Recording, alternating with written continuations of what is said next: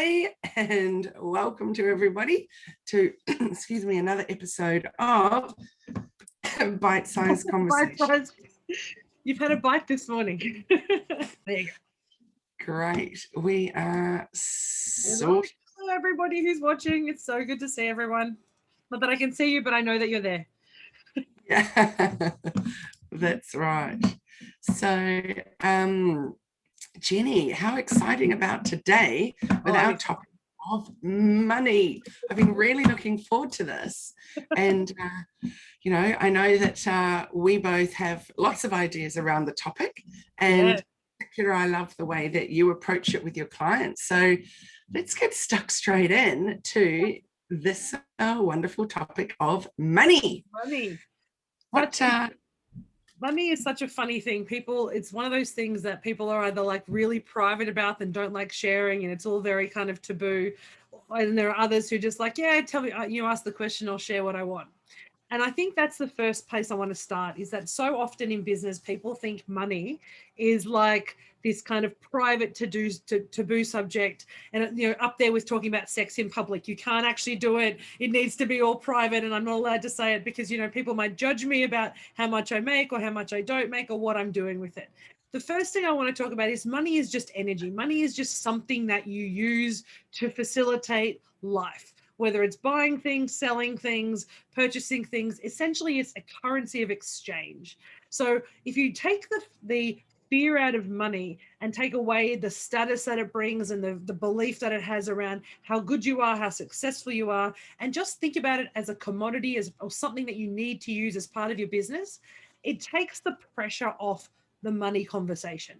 So that's the first thing I like to talk about. So I will tell everybody how much I'm earning. I'll tell you what my expenses are. I'll talk about what I charge clients. All that information I share with my clients and anybody, honestly, who asks me, because to me, money doesn't indicate how successful I am as an individual, how well I coach, or the impact that I have. It has a measure in the bigger picture. People like to say I'm $1 million business, or I'm a billionaire, and at that level, it's different. That's kind of like an epic level where really, whether you're charging a small or large amount no longer matters.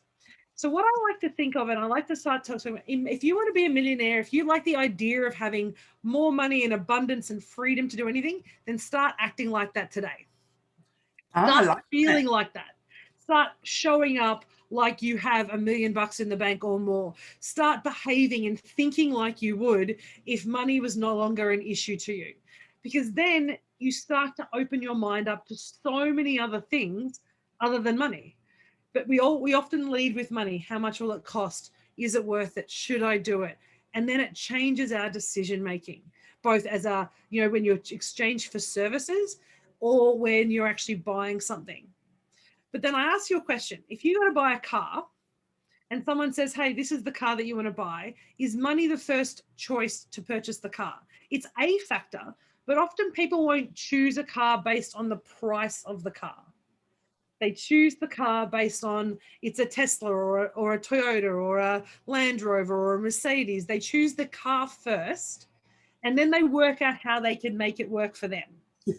So that's what I want you to think about money. Money is just something that you have to worry about, or we worry about the back end, but it's not what drives us. Does that make sense? Yes, absolutely. I think that's a really important point, is what drives us. So for everybody, it's different. I often hear people say, well, I can't really afford it, but actually you afford other things. It might be that you find the money for the wine that you like, or you find the money for your cigarettes, or whatever it is that you're finding money for.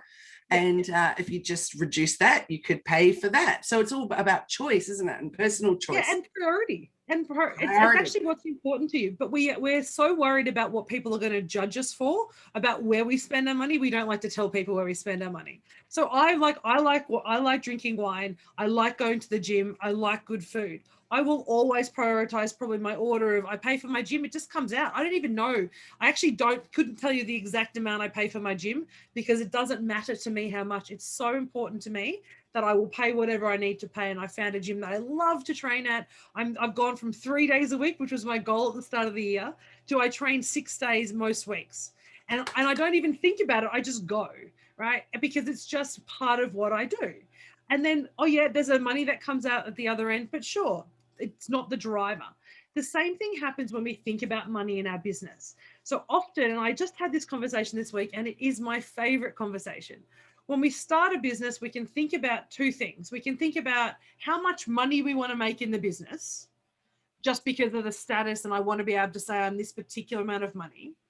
We can think of what are the products and services that I want to sell, and focus on, I'm just going to create a business around what I want to sell, and I'll just pick some prices for it, and I'll decide what I'm going to do in the absence of thinking about the bigger picture.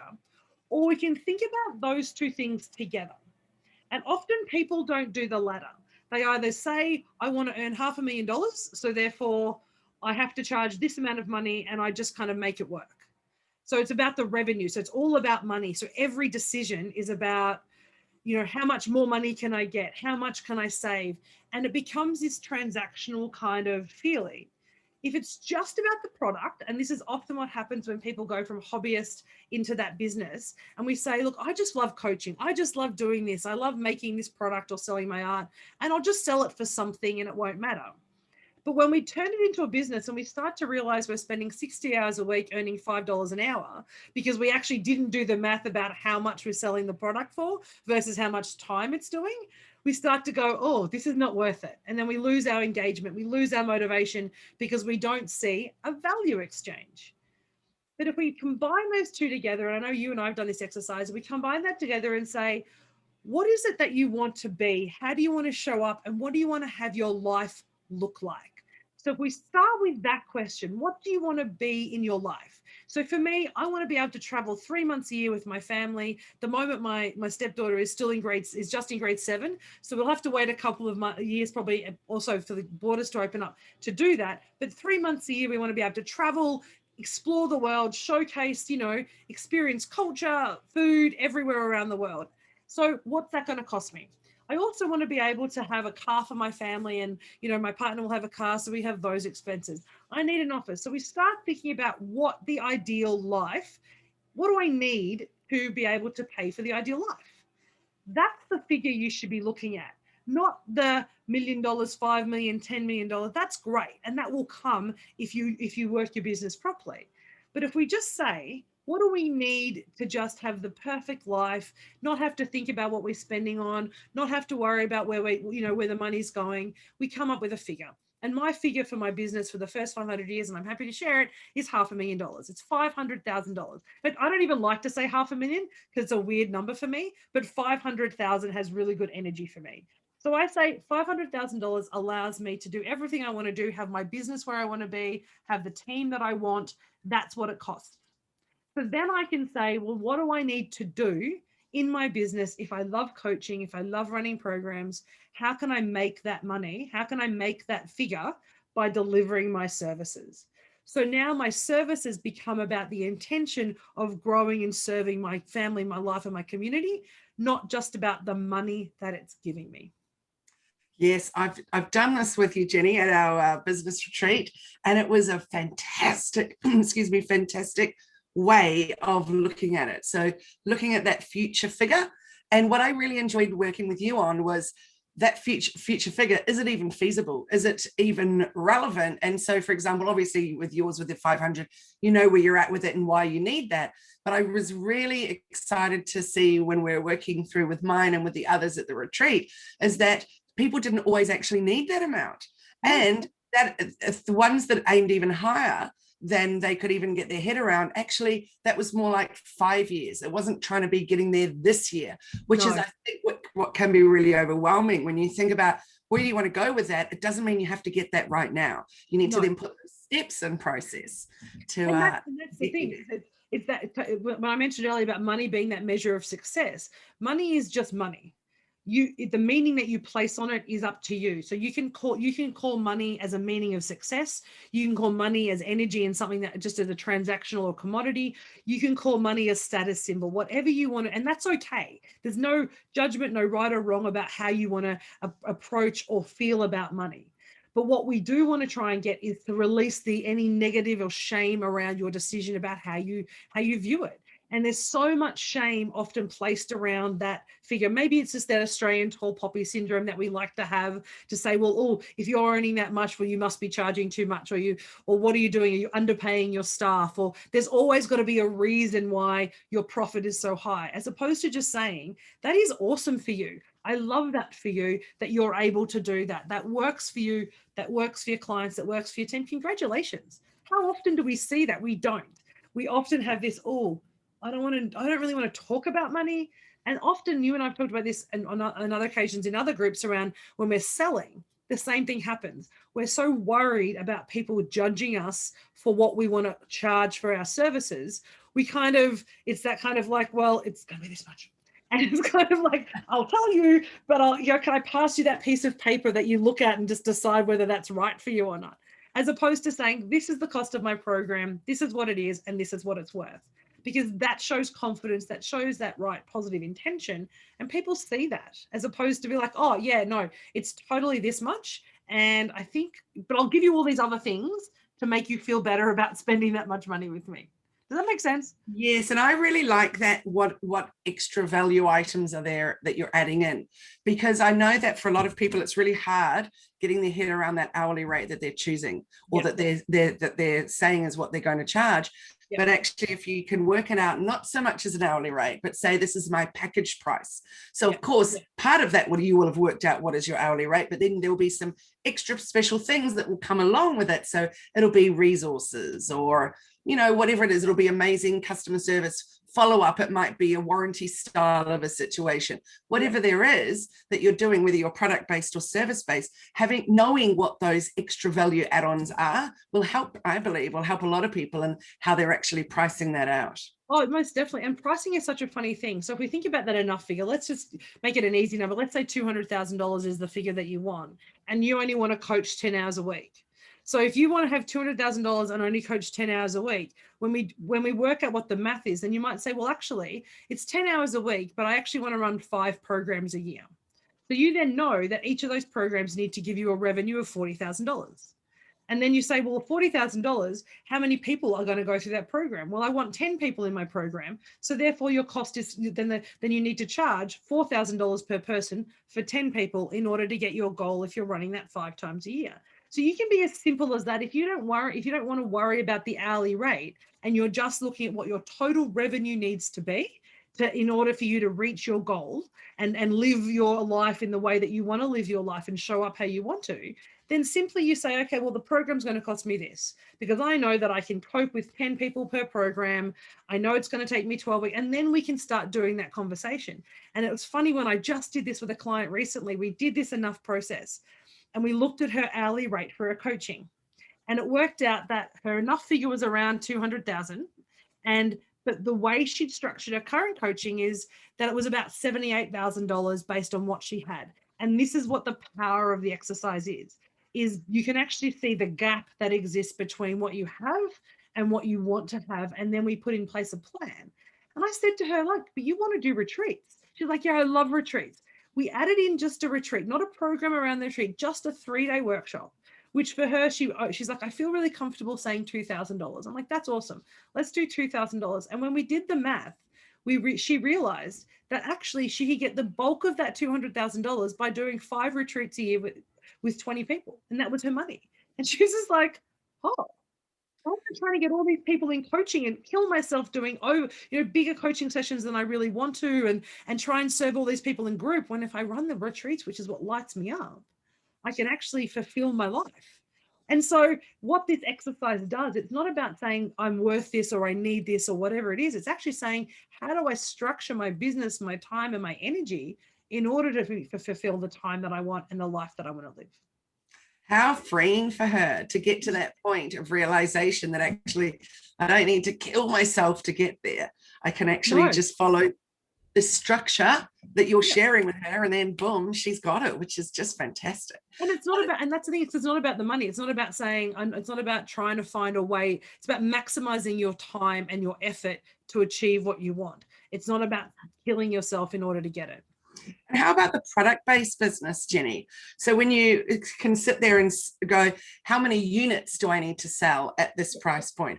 And also everybody's expecting these days sales, Easter sales, you know, well, obviously it's not anymore just Boxing Day sales, isn't it? There's a sale for every single thing.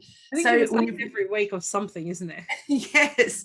And a lot of, and actually I was just discussing with Vistaprint with someone the other day, because we all know for those people that print with Vistaprint, nobody will actually put their thing and submit their item to be printed just on any given day, will they? Because you know that next week there'll be another discount. It might be 30, it might be 50, it might even be way more than that. So, and even if you go in one day and don't buy it, they'll send you the voucher the next day to get even better discount because you didn't buy it. That's right. So that's an interesting type of way of doing it. It's almost like some of those big superstores and things that do the same thing. You know, within a matter of days or weeks, it's going to be back on sale again. But that's a problem, I believe, is that as soon as people are expecting sales, they're going to stop those purchases when they want them, or the ones that aren't like emergency purchases, and they'll wait for those sales. So I personally believe in business that wouldn't, particularly for a small business, that's certainly not the way to go. It's to stand your ground. It's to know that your product is amazing, that the customer service that comes with it is amazing. And then from time to time, there might be a really important reason that you want to do a sale, but it will be for a finite period. It won't just be ongoing. And what happened with Vistaprint, one of my clients was saying, is that they're no longer doing those super specials in that same way anymore. So that now people are kind of having a bit of a freak out is, where's all my newsletters with all those massive discounts? And so then what do people do? Do they continue to print with that company, or do they feel miffed and go, actually, you know what, I'm just going to go with a local printer? Because, you know, if I'm not going to get a discount with the one I was with that I'm used to getting, then I'll just go anywhere. So do you lose that kind of customer loyalty, or do you actually communicate with them and say, you know, we're restructuring, or, you know, or maybe you need to market in a different way and say, actually, we're across the board a lower price. So, you know, continue to come to us. So it's really interesting, isn't it? The way that it's such a great question about product-based business, though. And I guess when the product-based businesses that I work with and you work with are the kind of, I guess, small to medium product-based businesses. So even if they're doing big volume, it's the feeling of a community store. Yes. So I think there's a difference and the world is changing, particularly at the moment with very much a focus, you know, the grow local campaign has been going for like decades, but all of a sudden with COVID, people are now actually leaning into their community store, leaning into the local provider and the local supplier to make just so they get better quality, better service for all those things. And they're happy to pay a premium for that. So I guess my discussion around product-based businesses, and I just did this with a client, they want to become and I don't have their permission, so I won't talk about who the client is, but they want to have their product globally, and they have a particular figure that they want for their store, their business. So we know what the number of the revenue generation they want, and let's just call it $5 million. So they want to be a $5 million in 3 years' time. But what we worked out, I said, but that's not motivating anyone in your team to work harder, because no one in your team is there because of the money. Only you as the owners are really driven by that revenue goal. So what we did is we actually worked out how many individual stores based on an average order that they needed to be in as a company in order to reach that target. So, and that's from a revenue target. So we worked out based on $5 million, it's about 150 stores globally with an average order would get them their revenue results. So suddenly the goal for the business isn't about weekly sales and revenue. It's actually about just saying we want to build relationships with 150 stores over the next 5 years. And if we maintain 150 stores consistently, we will always get our revenue goal. And if we build our customer service, build our engagement, and increase our stock range, then that revenue will creep up because the loyalty is there, and they'll just be the average order price will increase a little bit, or the stock range will change. So by knowing what the figure is and then knowing what your product is, we say, well, what is a metric? What is a target that allows you to structure the way that you operate? So for them, their focus is now on store and customer engagement rather than unit sales, because they know what that leads to the other. So by having that enough figure, by talking about the money at one angle, we can then say, well, what does that mean for us from a day-to-day operations perspective? How many units do I want to sell? And then you can include, so, okay, we know that 20% of our time we're on sale. So then we would have a 20%, we'd have a buffer in our targets. But by taking it away from the individual unit into customer and that customer value, you actually change your focus and the intention, and it brings you back, I feel, to why you started the business, which was to share a product, share a service, or provide somebody something that they can't get anywhere else. Oh, that point around coming back to why you're actually doing it is so important. So my previous business was it was an e-commerce, or two different e-commerce stores. And I designed kids' toys and decor. They were all manufactured fair trade, and they went into stores around Australia and an overseas distributor. Now, I didn't know you back then, so I never worked on what is my enough figure, et cetera, and worked with that end goal and worked back. But what I worked on instead was the importance to me of manufacturing fair trade. Now, I'm not saying that's necessarily the right thing for everybody, but it was certainly for me. Now, I had an accountant at the time that clearly was not aligned with my morals and values, or my values particularly. And so he would constantly be at me saying, you've got to go to China, Kylie, you've got to be mass producing, you're going to get a much better margin, blah, blah, blah. And I was like, but honestly, I was always saying, but to him. And what I should have known then was actually I need to align myself with a team around me that actually really get why I'm doing, what is the purpose of my business. And what I really needed to reiterate to him constantly was, those over 500 stockists that I have now, at most I might keep 100 of them if I move to a different style of manufacturing anyway. Yeah. So yes, I might get better margin and all that, but then I'd be literally feel like I'm starting again, because those stores wouldn't align then with the products that I was manufacturing. So I think it's so important, always coming back to, so obviously looking at your enough figure, looking at where you're headed, what you want to do, what your goals are, but then coming back to what makes it okay for me, what drives me to do what I do. And I know that I couldn't sleep well at night if my products that I was designing were being manufactured in a way that I didn't feel was ethical. And I had this conversation this morning, actually just beforehand and this week, with a colleague of mine about that kind of idea of scaling, about how you generate your revenue. So as coaches, you do all your work online, and all your work is most of it's live online. In fact, all of it I think is live online at the moment. And I've had so many phone calls from particular coaching organizations and particular groups saying, oh, Jenny, if we put you on an online program, we scale your product, you will actually be able to get your revenue. You'll have your days where you won't have to talk to anybody, and you can live free and do your life. We'll just move your product online. And 3 years ago, I started to write that program. And then halfway through it, I went, this is horrible to me. The idea of people connecting with my work without me actually having any interaction I just couldn't do it, because it's not authentic to me. I want the conversation. I want to see the reaction. I want to find that little pain point and help them through it, because that's what coaching and guiding and mentoring is about. It's not just about information sharing. But we know that we could scale our product and scale our services if we created an online downloadable product. And even if we do that, there still has to be a high touch, or there has to be a touch connection to it, at least for me. So knowing that means that we can then structure what we're doing and how we serve to suit that. Whereas I've got a colleague of mine who loves coaching, but really gets a bit stressed by the whole organizing client meetings and everything else. And it's just like, if you just put me in the room and let me do it, and then other people do everything else, that would be awesome. But that's not reality, is it? So she's creating an online program because her goal is legacy. Her goal is actually legacy and scale on a global scale. So for her, it's important that she creates an online program that actually then allows people to access when they're ready to access it. And then if they want time with her, they'll do that through a different program.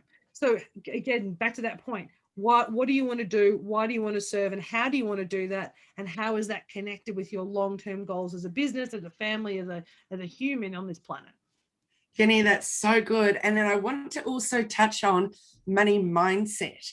Yeah. So how we think about money and what we feel we deserve. Because I think even before we can look at what would we like, that can for some people be incredibly impossible like to even think about that, because do I even deserve to earn more money? What am I doing that's better that actually warrants that, for example? So in my scenario, you know, for many years now, 13, well, more than 13 years since my husband had his accident, we've had carers in our home. So I'm consciously aware every day what an important job that they do every moment that they're in our home and looking after my husband. So you look at a nurse, for example, compared to a carer, and the difference in pay that they're getting. You look at a doctor compared to a nurse, and then you look at a specialist compared to that again. And it's funny that from my observations, the more that they tend to be getting paid and the higher up that ranking that they're going, the less customer service they're giving, the less that they're actually making you feel heard and making you feel all kinds of things. And my husband's recently had another associated problem. And the doctor that he'd been seeing for 3 months was making no headway with this problem. So he got on good old Dr. Google, looked at all the different options that there could be, ended up with his carer picking up something from a pharmacy, no prescription, no nothing. And within a week, that problem was sorted. Wow. And that is a real, and also he tried to get him to see a specialist, but that was months away, etc. So it's really fascinating. And also to me, the fact that that doctor knew this was a big problem, but was never actually following up. He would have to book another appointment and all that. It's like, it's so interesting, isn't it? The way we're charging, the way that we feel, you know, that yes, because we've got this experience means we can charge this amount, but what are people getting for that? What are we getting for the money that we're putting out there? So you and I did a course some time back that really triggered me in a negative way, because one of the big questions was, what did your parents earn? Because what your parents earned will determine how you feel about money. And I said, I've got no idea what my parents earned, because it was never something that was discussed. And I don't think that that's my issue around what I could be earning. For me, it's completely irrelevant, you know, completely irrelevant. My father's business was a film production business. He had amazing years and terrible years. And, you know, it was just what I learned from him was about working hard and then enjoying the money that he earned with his family, etc. My mum was a dance teacher, so that in itself will never be a huge income, but yeah, that was her passion. And she loved every day that she worked and taught people to love dance in the way that she loved it. So I could not work out how I would equate what they earned to what my potential was. And I remember you and I having many discussions around this, because there were a lot of people being triggered by that. Definitely. So where do you sit with that now, Jenny? And your great question. So I'm going to answer it two ways. So the money mindset piece is really interesting, because and it goes back to my first question, the first point. If you want to be a millionaire, if you want to earn like a millionaire, then be a millionaire now. So start thinking like they do now. And I saw this recently on a couple of posts that I was reading and a number of other programs, and that this idea of show up how you want to be. So that kind of be the change in the world concept is, if you show up thinking abundantly, thinking not from a scarcity mindset, thinking from an abundant mindset that basically says, I have what I need and what I need will come to me. So that's my attitude around money, and my money mindset is, even when I get a little bit stressed, because I'm like, oh, you know, business cash flow can be a challenge sometimes. And I've sat there and gone, you know what, I'm just going to let it go, whatever anxiety I have, because what I need will come when it needs to come. And in fact, in the last month, that has come in spades. And I've had this kind of complete freedom in, you know, stuff will happen when it happens. So the first thing I would say about mindset is to actually let go our belief that in some respect of, you know, our connection to the past or the present or any of that piece, and just think about what we want. Abundance, open-minded, what we need will come to us when we need it. And if we need more, it will come. And if, as in business, it's happened for you, when you're ready to scale, you've been open about it, your business has blown up because you were open to it and you kind of were free about it. You didn't have any anticipation or judgment or kind of anxiety around it. It happens, right? The idea about the parents thing is such a fascinating example, and I think it's an old school way of thinking. And to some extent, I think asking the question is actually designed to trigger.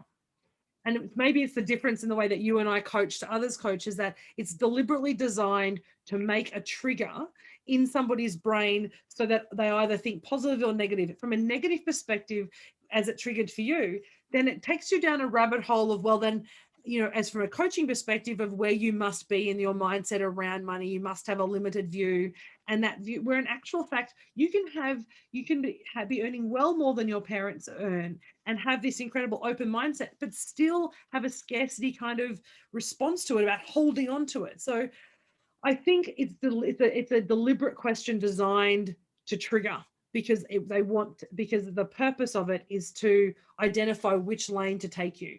If somebody comes out as a scarcity mindset, then it's an opportunity to teach them abundance and to teach them openness and to change that mindset.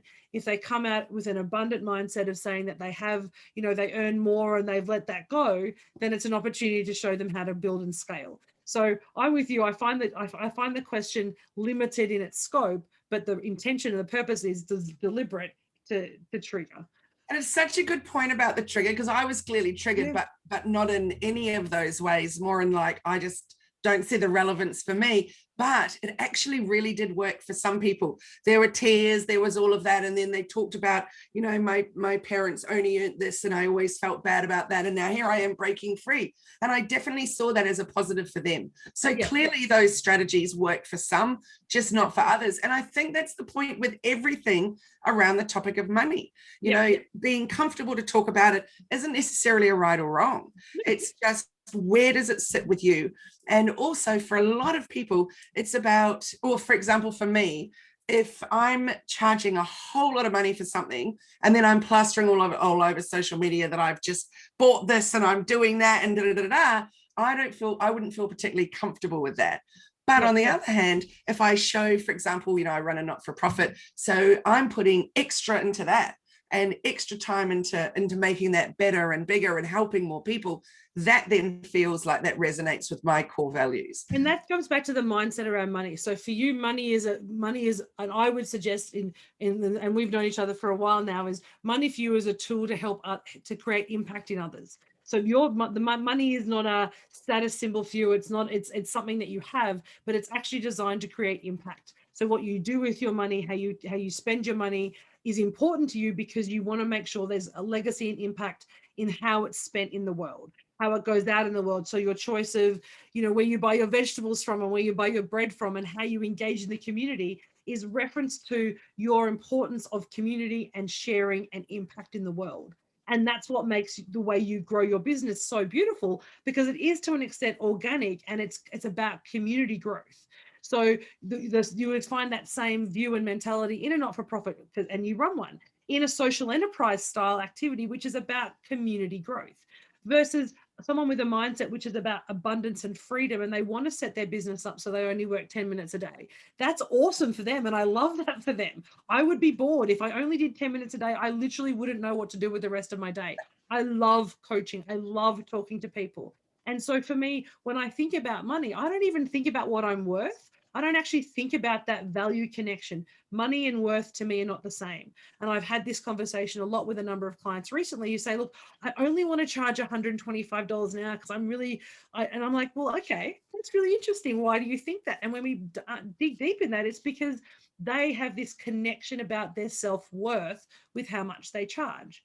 Whereas when I look at how much I charge, I say my job is to make as a coach, is to cut through and debunk and hack their current mindset and thoughts and streamline their process so they can get to where they want to get to more easily, more streamlined, more efficient, more effectively, quicker, whatever word you want to use. So I can cut through the 7 years of pain or the 10 years of pain that we did to learn what we did. We cut through it, right? So what's the value of 7 years experience or 10 years experience or 30 years experience drilled down into an hour? So it's not about your worth. It's not about you as an individual. It's about the memory, the knowledge, the wisdom, the experience, and the IP that you're sharing. And if you actually thought about what the value of that is, it's going to be far greater than whatever hourly rate we currently charge. So I think we have to take it. It's not about us as individuals, hourly rate. It's the knowledge that we're sharing. If it's a product, it's the cost of the product plus your time and effort to design and create it and run your business. That's why we have product margin, that profit margins, and that's why we have that gap. It's not just, we're not just, paying, selling it for the price that it cost us to make, because that doesn't account for all that IP. So I think that's one of the biggest challenges with the mindset, is to say that what you charge is actually not about you as an individual. It's about the value and the exchange that you're sharing. So that's knowledge, wisdom, time, effort, emotional support, whatever it is you do. And we don't, as I don't believe as a society, we value that as much as we should. We focus on the money and not the value and the exchange. And that's where the growth is. That's where opportunity lies. That's where that kind of expansion lies in business. I totally agree. And I'd love to share as a little final, and for me to share and then you to share, about a top tip for the growth. So for example, for me, my business has been steadily growing, which has felt wonderful, and it's been organic, and where I've put the effort in, I've received the rewards from it. But the big change for me was when COVID hit, and I decided, well, firstly, I could no longer, like, we were in lockdown before everyone else, so I could no longer turn up to my in-person workshops and speaking gigs, etc. So I had to say to those people, I'm super sorry, it's going to be online. I was luckily already working a lot on Zoom anyway.